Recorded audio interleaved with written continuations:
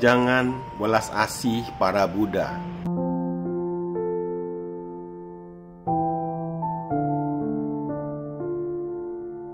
Pertobatan. Wejangan welas asih Bodhisattva Stigarbha atau Ticangkufo.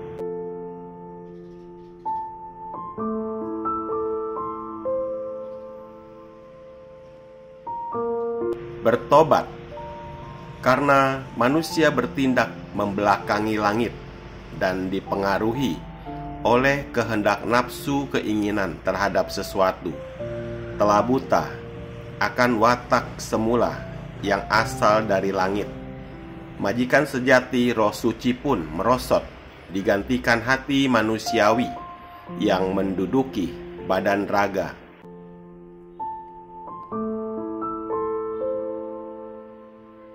Menciptakan 7 ikatan perasaan, 6 nafsu keinginan, 3 racun dan 4 wujud.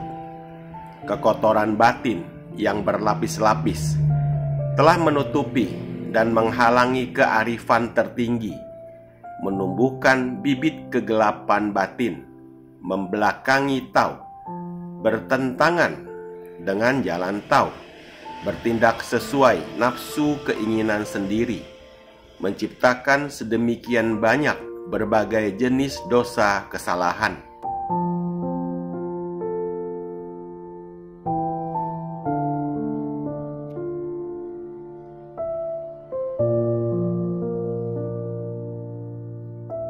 Sebagai orang hanya mengkhawatirkan masalah sendiri, dikarenakan memiliki badan raga.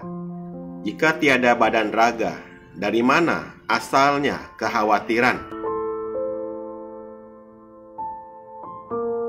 Perbuatan segala kejahatan yang berlalu, semua berawal dari kebencian, keserakahan, dan kegelapan batin.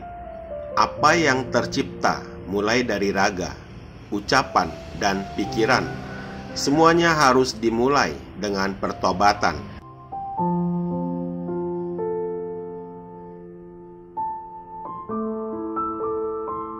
Dosa tercipta dari hati, maka harus mulai bertobat dari hati. Niat hati dimusnahkan, maka dosa pun lenyap. Niat hati dimusnahkan, maka tiada dosa. Merupakan keduanya, tidak ada yang muncul. Inilah yang namanya pertobatan sesungguhnya atau pertobatan sejati.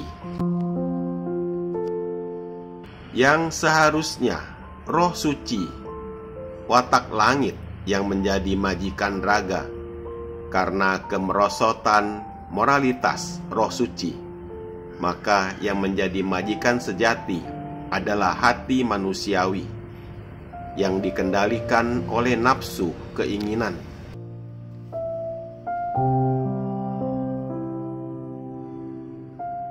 Niat hati dimusnahkan atau dihilangkan, maka tidak akan tercipta dosa kesalahan. Niat hati manusia yang timbul jika tidak menciptakan dosa, ia menciptakan kesalahan. Bukan berarti dosa kesalahan yang diperbuat di masa lalu atau masa muda sebelumnya ikut lenyap.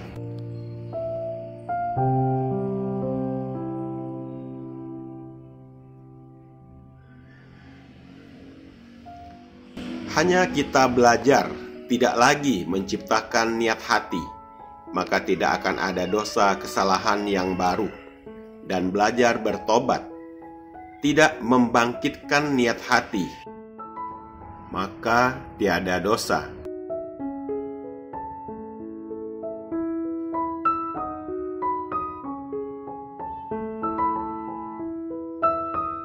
Wejangan welas asih Mahadewa Lan Cai He.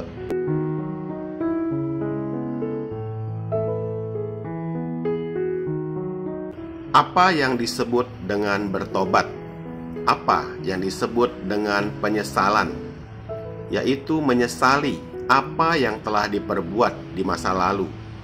yaitu menyesali semua yang telah diperbuat, berbagai tindakan kejahatan yang menciptakan dosa kesalahan.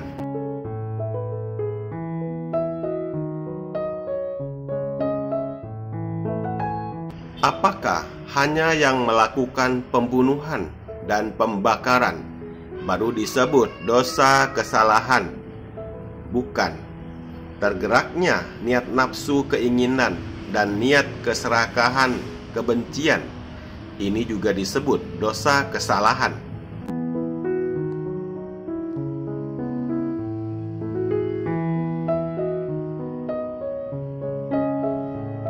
Bagaimana bisa kalian memanjakan niat hati? Bagaimana kalian bisa membiarkan niat hati kalian terus mengejar yang di luar? Membiarkan niat hati berpesta pora, mengejar kesenangan. Ini juga disebut dosa kesalahan.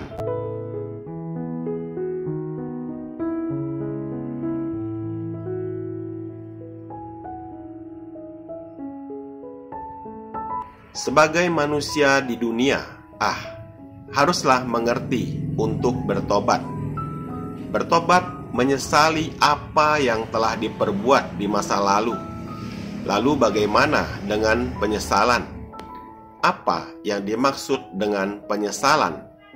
Yaitu selamanya tidak akan mengulangi lagi atau tidak melakukan kesalahan yang sama dengan sengaja.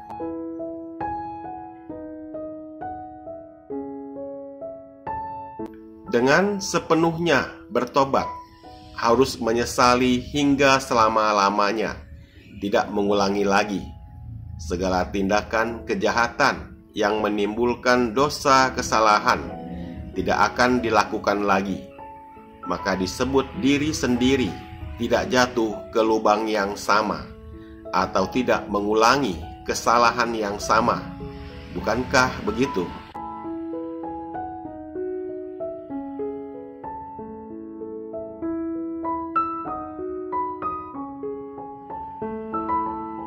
Tapi para budiman, ada kekuatan konsentrasi demikian. Lalu apakah ada keteguhan hati? Ada. Jika kalian sanggup ada keyakinan hati terhadap diri sendiri, bolehkah dosa-dosa yang dilakukan di masa lalu tidak akan pernah terjadi kembali? Boleh. Tidak akan sombong lagi, tidak akan merasa diri paling benar, tidak akan lagi mengejar nafsu keinginan yang di luar. Bisakah dilaksanakan? Bisa.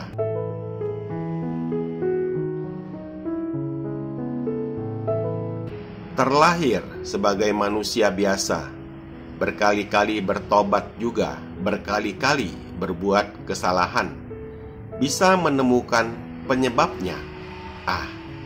Itu dikarenakan kamu hanya mengerti untuk bertobat, tapi tidak mengerti untuk memupuk kebajikan.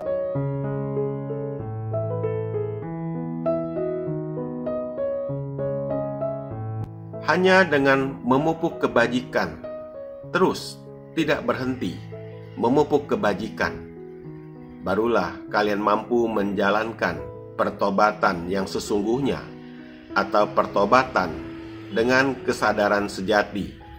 Barulah mampu tidak melakukan kesalahan yang terulang kembali.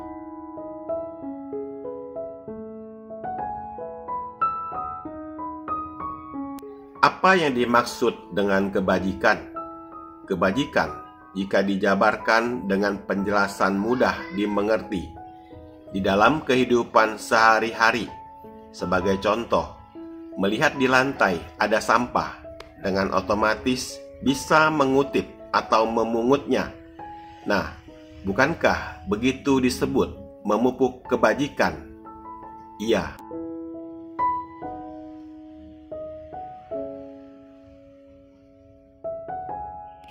Melihat air yang di keran terus menetes setitik demi setitik, maka langsung diputar lebih mengunci. Ini disebut bukankah sedang memupuk kebajikan? Iya. Melihat orang lain ada dosa kesalahan, lalu memahami untuk membantu mengoreksi dengan bimbingan, bukankah sedang memupuk kebajikan? Iya.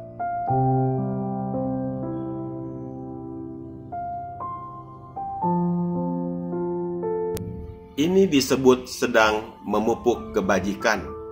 Semua para budiman pun bisa lakukan. Lalu mengapa karakter tindakan kebajikan kalian tidak terpancar keluar? Ada melakukan, maka terpancar keluar. Memupuk kebajikan, jika tidak dilakukan, maka tidak akan terpancar keluar. Semua gerakan yang kecil tetap sedang memupuk kebajikan. Akan tetapi para budiman, di setiap kali kalian mengerjakan gerakan kecil, kalian membangkitkan hati lain lagi. Membangkitkan hati yang penuh keluhan, ada tidak? Ada.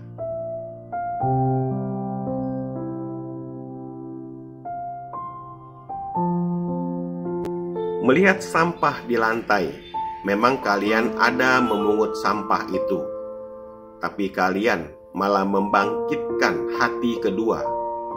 Siapa sih yang membuang sampah? Mengapa bisa sembarangan membuang sampah? Benar tidak? Iya. Ini adalah sebuah contoh perumpamaan yang gampang. Para budiman bisa mengerti.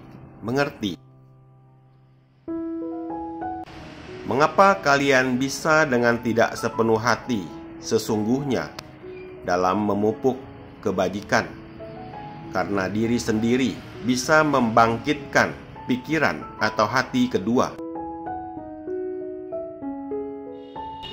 Jika hari ini melihat air keran terus menetes, kalian bisa dengan otomatis pergi mengunci keran air dengan lebih ketat.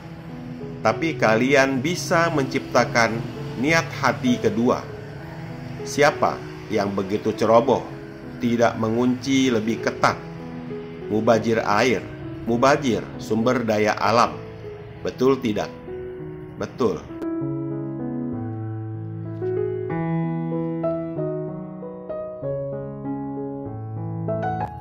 Ini niat pikiran hati yang kedua. Maka demikian bukan disebut memupuk kebajikanlah.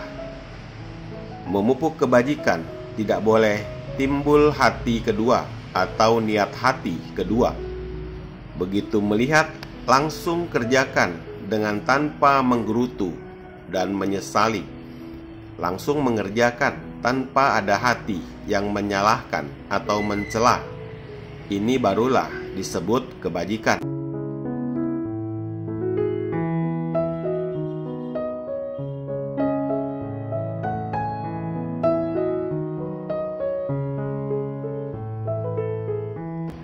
Menjalankan dimulai dari menaklukkan niat. Baikkah?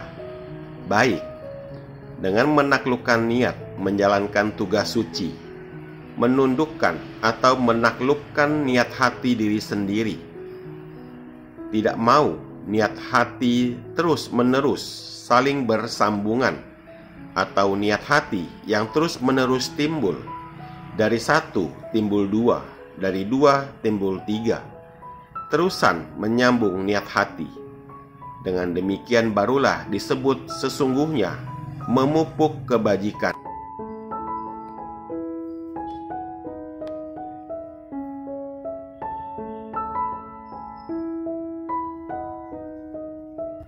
Membangkitkan niat hati itu merupakan nafsu keinginan. Niat hati kalian terus-menerus saling bersambungan. Barulah membiarkan hati diri sendiri dalam kesibukan, membuat hati sendiri tidak mampu hidup dalam ketenangan, membuat hati sendiri selalu memandang yang di luar.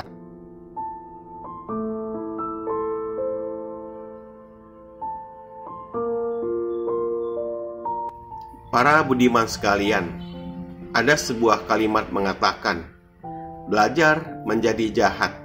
Berapa hari? 3 hari. Belajar menjadi baik. 3 tahun. Sebuah perumpamaan yang sama. Hati dilepaskan sangat gampang, tapi di saat menarik kembali, gampang tidak? Tidak gampang.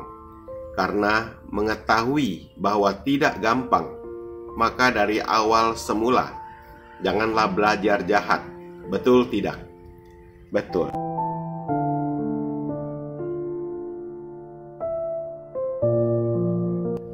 Begitu memulai, harus menaklukkan atau menundukkan niat.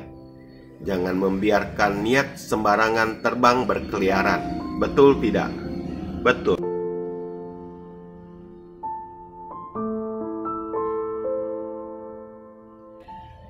Wejangan belas asih, penguji peserta kelas Dharma 3 hari. San Tian Zhu Gao.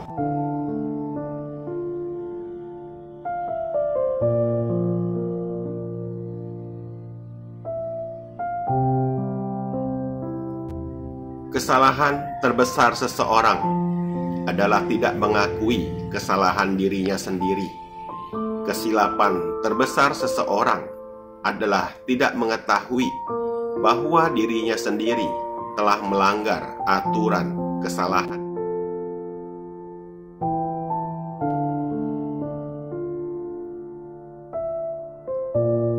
Dosa terbesar seseorang adalah tidak takut dirinya sendiri menciptakan dosa.